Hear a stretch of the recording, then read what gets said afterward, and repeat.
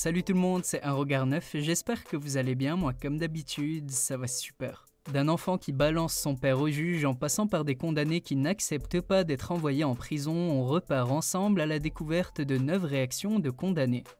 C'est parti. Petite précision avant de commencer, je publie des vidéos assez régulièrement, donc si vous êtes nouveau sur la chaîne, n'hésitez surtout pas à vous abonner et activer la cloche des notifications pour ne rater aucune des prochaines vidéos. Numéro 1.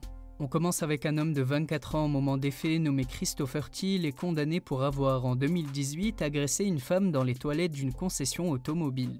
Après une agression et bagarre de plusieurs minutes avec la femme qui essayait de se débattre, un des employés de la concession entend des appels au secours et des coups sur la porte. Il décide donc d'y aller directement et attrape Christopher Thiel alors qu'il tentait de fuir. Mais une fois la police arrivée sur place, les officiers se rendent rapidement compte que Christopher Thiel est en réalité complètement fou. La police a dit dans le rapport que rien de ce que disait Christopher n'avait de sens et que c'était en réalité un cas psychiatrique. Et en rapportant qu'il était schizophrène, ça a beaucoup fait pencher la balance de son côté devant le juge qui l'a jugé inapte à subir son procès à 3 reprises. Mais bon, au final, il y avait quand même un petit peu d'exagération car après un séjour d'1 an à l'hôpital, le verdict de son évaluation psychiatrique est clair, Christopher est en réalité capable de comprendre ce qu'il fait.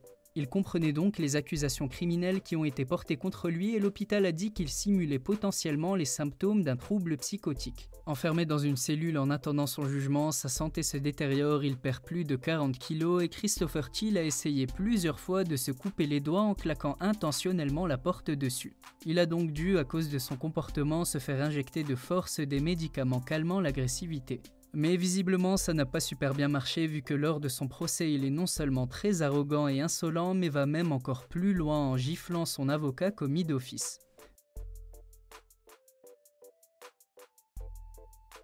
Ce qui a bien évidemment directement incité la police à le plaquer au sol et à reporter la procédure. Il a par la suite été attaché durant ses audiences suivantes et a été condamné à un peu plus de 8 ans de prison. Numéro 2. On continue avec une scène qui a eu lieu il y a plus de 10 ans mais qui est toujours tout aussi drôle en 2022. Et clairement, niveau réaction démesurée au tribunal, on est à un très haut niveau. The next speaker is Marvin Clayton. Hey, stop that woman from leaving the room. She should be arrested.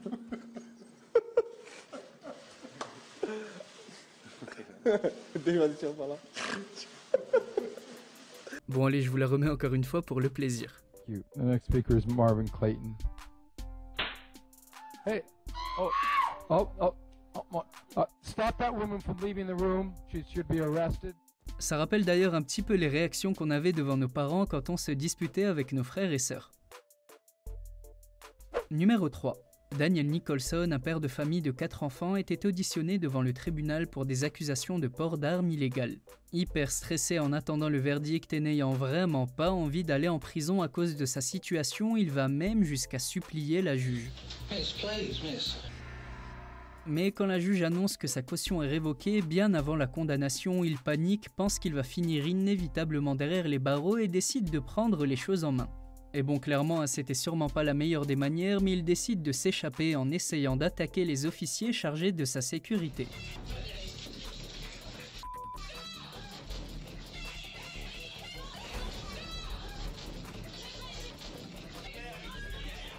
Il finit sur le sol menotté, n'a rien gagné du tout si ce n'est 1 an, 9 mois et 18 jours de prison avec une période sans libération conditionnelle d'1 an. Numéro 4. On continue avec une réaction beaucoup plus drôle. Un père de famille passe devant le juge Frank Caprio, juge connu pour sa gentillesse envers les petits délits et petites effractions. Le seul petit souci, c'est que le père pense bien faire en ramenant son fils avec lui afin d'attendrir la sentence du juge, mais tout ne s'est pas passé comme prévu, je vous laisse voir ça en images. This is my son Wyatt. How old are you? 4. You look like a pretty smart guy. Okay, I'm going to have you watch the video. Watch the video, okay? We're going to watch the video. The light is red, and there goes the car.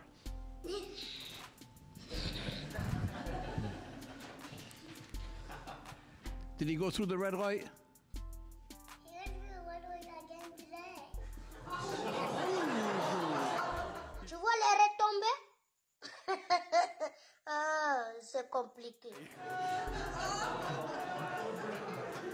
Does he speed too? Yeah. He speeds.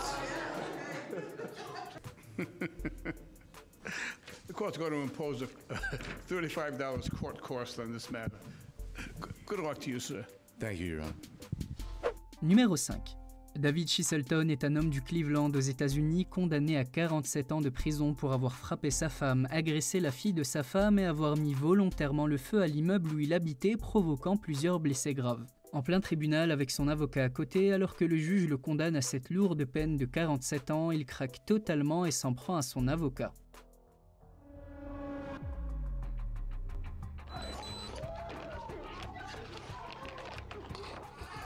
Et évidemment, ça n'a pas du tout arrangé sa situation, il a directement été maîtrisé et n'a eu le droit à aucune faveur de la cour.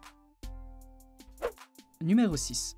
On continue avec une histoire complètement dingue et qui s'est déroulée en France, cette fois-ci à Nantes avec une prise d'otage en plein tribunal. Ce qu'il faut bien savoir également, c'est que pour ce qui me concerne personnellement, j'ai attendu 2 années, ainsi que M. Thiollet, pour pouvoir réaliser cette opération. M. Kalki, quant à lui, a attendu 5 années pour pouvoir réaliser cette opération. Par conséquent, je pense que les forces de police peuvent attendre quelques minutes, quelques heures. Le 19 décembre 1985, Georges Courtois, criminel multirécidiviste, prend en otage la cour d'assises de Nantes et exige que les caméras de France 3 filment dans la salle d'audience. Pendant 34 heures, la France va suivre la prise d'otage la plus folle de l'histoire de Nantes. Clairement, sans équivoque. Il convient pour les forces de police, il conviendrait aussi qu'ils arrêtent de téléphoner, hein. Bien. Puisque j'ai dit qu'ils n'ont pas à nous appeler, c'est nous qui les appelons. Faut pas renverser les rôles quand même. Bien. Bon, il y a de super reportages sur cette affaire, je vous spoile pas et je vous mets directement un reportage dans la description de la vidéo. Numéro 7. On continue avec Jalil Smith Riley, un homme qui a plaidé coupable pour meurtre et tentative de meurtre sur un couple. Le pauvre couple était assis dans une voiture garée sur une allée aux États-Unis lorsque Smith Riley s'est approché de la voiture et a ordonné à l'homme de sortir. Mais après avoir découvert qu'il n'avait rien de valeur sur lui, Smith Riley lui tire une balle dessus de sang-froid puis s'est penché dans le véhicule et a tué son épouse. Cet acte monstrueux lui a bien évidemment valu la condamnation à perpétuité et vu qu'il a plaidé coupable, il a échappé à la peine de mort qui est encore en vigueur dans l'état où il habite aux États-Unis. Et ce qui est étonnant, c'est qu'on pourrait facilement croire qu'un monstre pareil n'ait aucune réaction lors de sa condamnation, et bien détrompez-vous car contrairement à certains condamnés qu'on a pu voir dans les vidéos précédentes, il s'est mis à sangloter et à s'excuser envers les familles des victimes.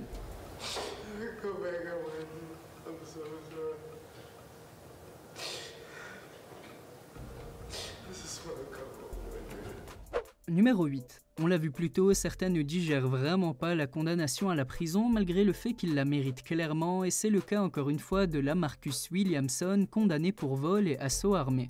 Alors qu'il est condamné à 15 ans de prison et sait qu'il n'y a pas d'échappatoire pour lui, il s'attaque lâchement à son avocat.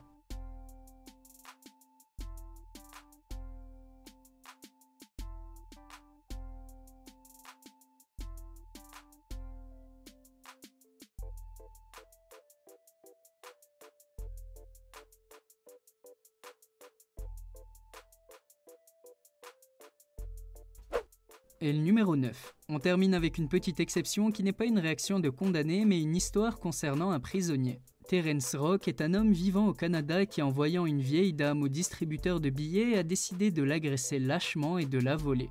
Mais comme vous allez le voir, la vieille dame ne s'est clairement pas laissée faire.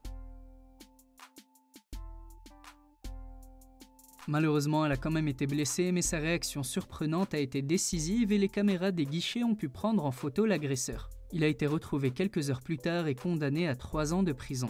Et évidemment, ce genre d'histoire s'est directement su dans la prison et je peux vous dire que d'après les responsables de la prison où il était incarcéré, il a très mal été accueilli par les prisonniers qui lui ont fait passer un sale quart d'heure à cause de son acte. Alors petite question pour finir, laquelle de ces anecdotes et histoires que vous ignoriez vous a le plus surpris ? Comme d'habitude, n'hésitez pas à le mentionner dans la section commentaires. Et encore une fois, si ce n'est pas déjà fait et que la vidéo vous a plu, je compte sur vous pour laisser un petit like et un abonnement afin d'être averti des prochaines vidéos sur le même thème. On se dit donc à très bientôt, prenez soin de vous et à la prochaine.